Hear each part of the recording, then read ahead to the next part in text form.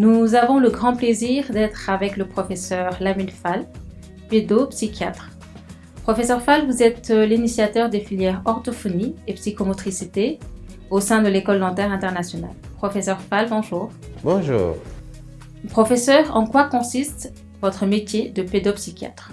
Mon travail en tant que médecin, psychiatre, pédopsychiatre consiste donc à accueillir des enfants et à les évaluer globalement, aussi bien sur le plan physique que sur le plan mental.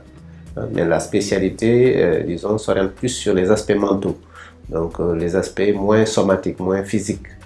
C'est-à-dire le comportement, les attitudes, les vécus, les sentiments des enfants et comment les amener à mieux se développer. Et parfois aussi comment prévenir les troubles qui pourraient advenir notamment dans le cadre de risques.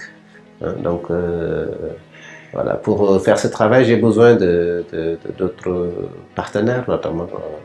C'est un service pluridisciplinaire. On a effectivement pas que du médical, il y a du paramédical. Et parmi les paramédicaux, il y a notamment les orthophonistes et les psychomotriciens. On peut aussi compter les psychologues cliniciens, les éducateurs spécialisés, les travailleurs sociaux, les éducateurs d'orientation scolaire, les infirmières, entre autres. Mais ce qui nous intéresse aujourd'hui, essentiellement, ce sont les deux professions dont j'ai parlé au début, notamment l'orthophoniste et la psychomotricité. Professeur Fall, pouvez-vous nous dire ce que c'est que l'orthophonie et la psychomotricité? L'orthophoniste a pour, fonction de dépister, d'évaluer, d'accompagner des enfants dans leur développement pour qu'il y ait moins de risques de troubles, mais aussi de les rééduquer par rapport à certains déficits à rééduquer, mais aussi de les soigner dans le cadre de traitement, dans la relation même au langage, aux autres, parce que l'orthophoniste travaille aussi bien sur le langage oral comme écrit que sur la fonction du langage qui est la communication. Donc il s'agit de voir aussi même si l'enfant parle, est-ce qu'il est dans la communication. Généralement, l'orthophoniste travaille avec un médecin, donc sur prescription médicale. Mais il peut arriver que les parents sollicitent l'orthophoniste directement ou que l'école sollicite l'orthophoniste directement. Beaucoup d'orthophonistes d'ailleurs exercent pour le moment au Sénégal, parce qu'il n'y en a pas beaucoup dans les écoles, où ils s'attellent à dépister des enfants qui ont des risques quand ils sont plus petits, ou bien même à évaluer des enfants un peu plus grands lorsque les parents s'inquiètent ou lorsque l'enseignant s'inquiète. Les orthophonistes travaillent avec les ORL par rapport à ensuite opératoires, par rapport à de la laryngectomie, par rapport à des problèmes d'audition avec des implants cochléaires. Il y a énormément d'applications dans ce champ-là qui sont encore demandées mais pas satisfaites. Il faut dire qu'un trouble du langage ou de la communication peut être un symptôme dans un ensemble plus large. Ce qui fait que très souvent, et c'est pour ça d'ailleurs que quelquefois il est important d'avoir une prescription médicale, parce que quelquefois ça peut cacher, ou bien ça peut être une petite partie d'un trouble plus général qui peut être aussi bien mental que physique. Pour en venir maintenant à la psychomotricité, effectivement, on entend dans le terme psycho et motricité, c'est une discipline qui est aussi arrivée dans le monde médical de la santé pour un peu compléter des approches qui étaient intégrées, des approches qui étaient un peu clivées. Mettons, on voit souvent, une approche très somatique, très physique du sujet, ou alors une approche trop psy.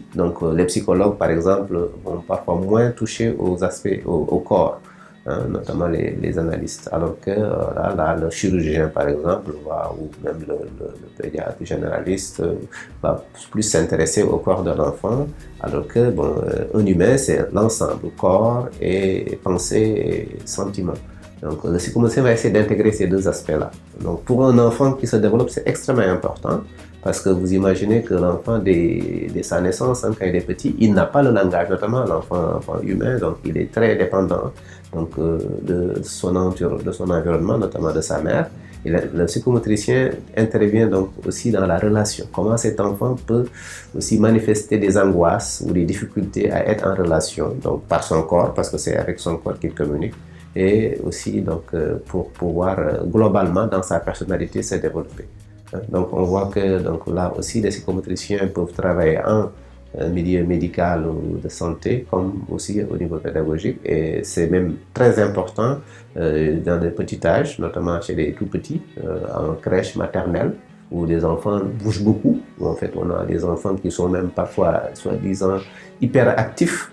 Donc, mais quelquefois, il faut les accompagner. C'est l'expression peut-être de mal-être physique, donc ils expriment surtout leurs difficultés par leur corps et il est bon de les retrouver là, de les accompagner pour qu'ils puissent dépasser leur conflit.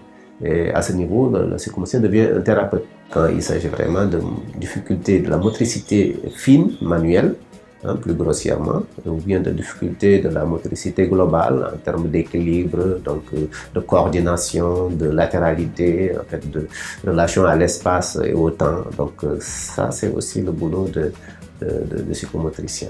Donc ce qui fait que c'est un acteur important. Donc comme c'est mon domaine, je parle plus des enfants, mais il faut dire que ces deux spécialités ne s'intéressent pas qu'aux enfants. Donc l'orthophonie, comme la psychomotricité, s'adresse à tous les âges.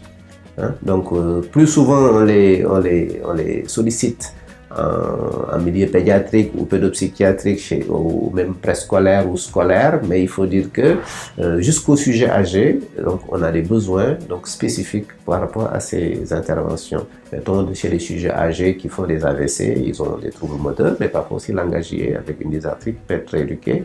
On a, bon, je disais tout à l'heure à des collègues, il y a des personnes adultes, on en voit même des autorités qui bégayent comme c'est pas possible dans notre pays. On se dit, mais ils ne savent pas qu'il y a des soins possibles. Donc, mais malheureusement, ils ne savent pas et ça traîne. Et quelquefois, même quand ils savent, ils ne trouvent pas la personne parce que voilà, certains ont dû voyager pour se faire soigner. Et c'est pour cette raison, effectivement, que je trouve que voilà, c'est extrêmement important que l'EDI, l'École dentaire internationale, accueille ces formations-là.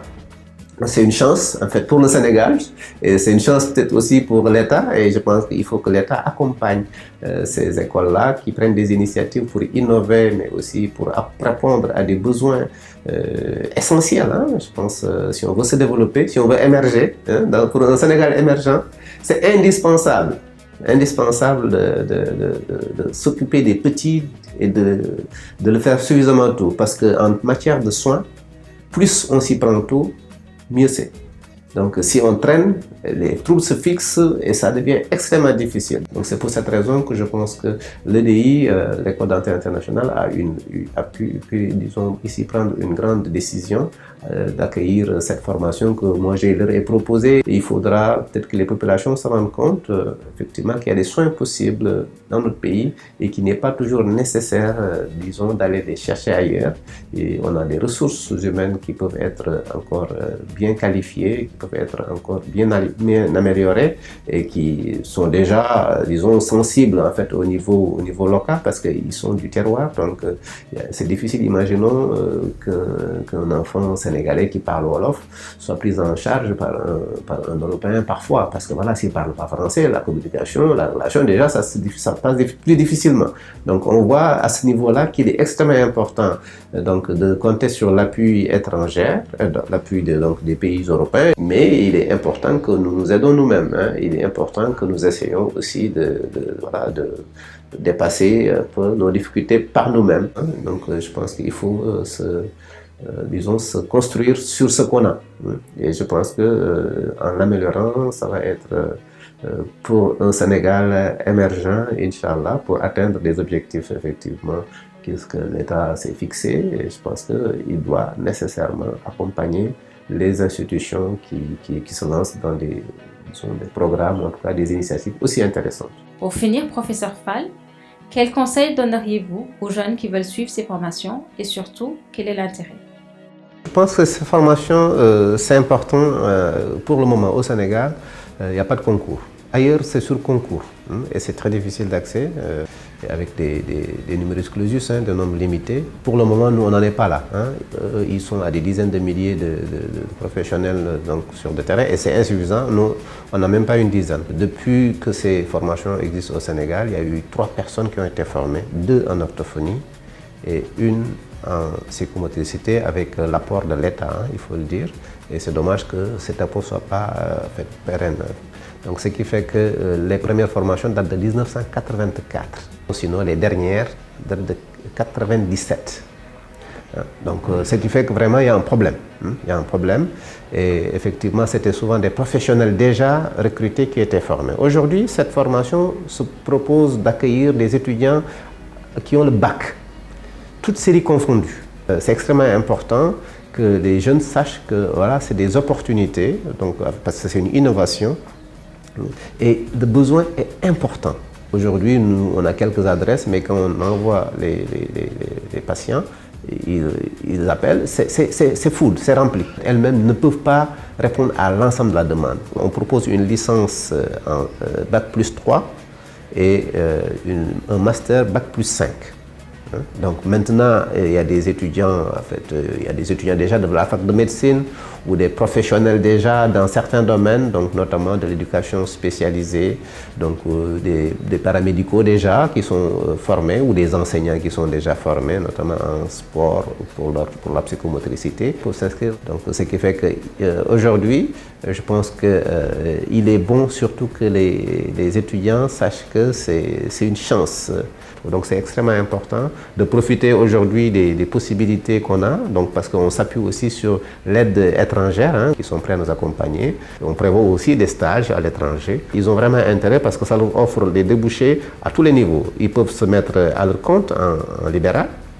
Ils peuvent demander à travailler dans des hôpitaux, soit avec des contrats ou bien dans la fonction publique avec le ministère de la Santé, ou bien dans l'éducation nationale. Quand on a des professionnels de santé comme ça qui ont une formation assidue, c'est différent d'enseignants qui ont une formation spécialisée en plus pour pouvoir mieux détecter, peut-être pour leur envoyer ces enfants-là. Et je pense que dans l'avenir, effectivement, ce sera des professions très demandées et très utiles pour aussi bien les étudiants que pour toute la population sénégalaise.